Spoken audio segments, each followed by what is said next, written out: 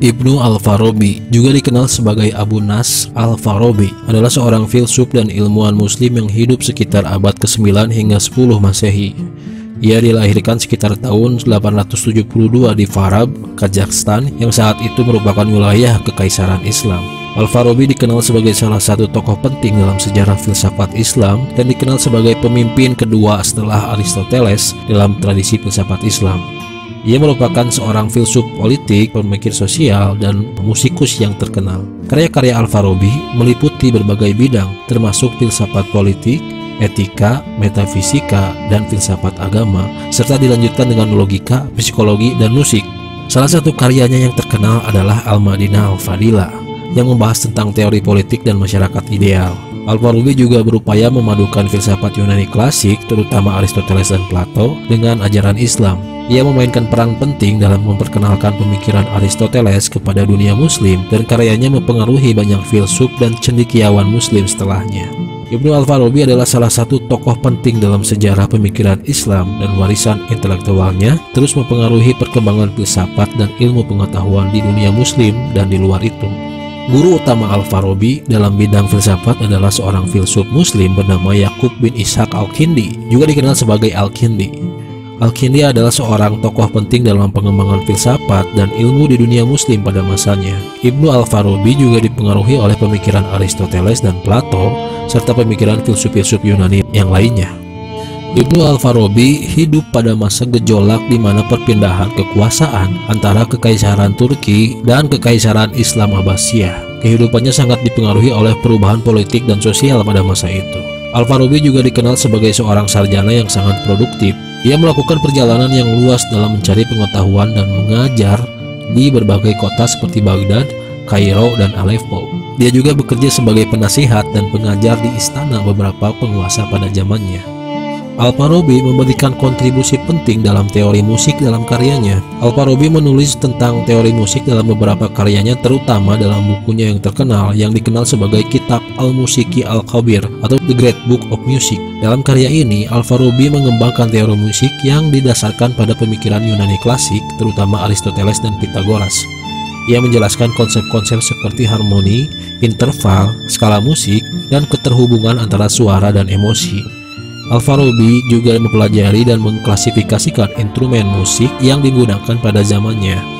Salah satu kontribusi terkenal Al-Farabi adalah penjelasan tentang pemahaman musik sebagai seni yang dapat mempengaruhi jiwa dan emosi manusia.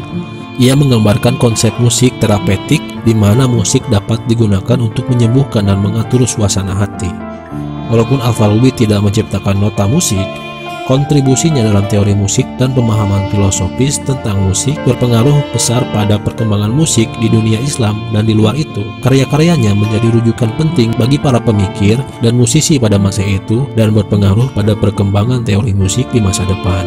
Berikut diantaranya beberapa kutipan Al-Farabi yang bisa kita ambil pelajarannya. Tujuan filsafat adalah mencapai kebahagiaan dan kesempurnaan manusia. Kutipan ini menggambarkan pandangan Al-Farabi tentang tujuan utama filsafat. Baginya, filsafat tidak hanya sekedar mencari pengetahuan, tetapi juga berfungsi untuk membimbing manusia dalam mencapai kebahagiaan dan kesempurnaan dalam hidup mereka. Musik dapat menghidupkan jiwa yang mati dan membawa keindahan kepada jiwa yang terluka. Dalam kehidupan ini, Al-Farabi mengungkapkan pandangannya tentang kekuatan musik dalam mempengaruhi emosi dan keadaan batin seseorang. Baginya, musik memiliki kemampuan untuk membangkitkan semangat dan menghadirkan keindahan kepada jiwa yang tengah dalam kesedihan atau kelemahan.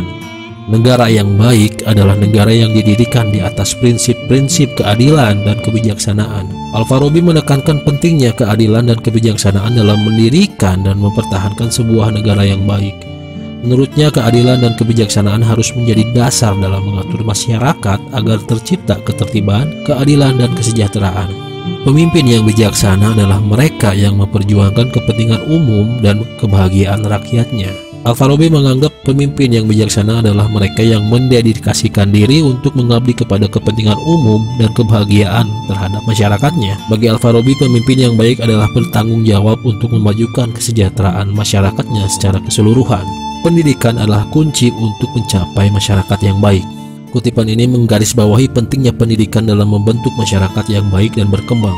Al-Farabi meyakini bahwa melalui pendidikan yang baik, individu-individu dapat dibentuk menjadi warga negara yang bertanggung jawab dan berkontribusi pada kemajuan masyarakat. Kutipan-kutipan yang tadi saya jelaskan mencerminkan pemikiran Al-Farabi dalam berbagai bidang seperti filsafat, musik, politik, dan pendidikan. Ia menekankan pentingnya mencapai kebahagiaan dan kesempurnaan manusia, serta nilai-nilai keadilan, kebijaksanaan, dan pendidikan dalam menciptakan masyarakat yang baik dan harmonis.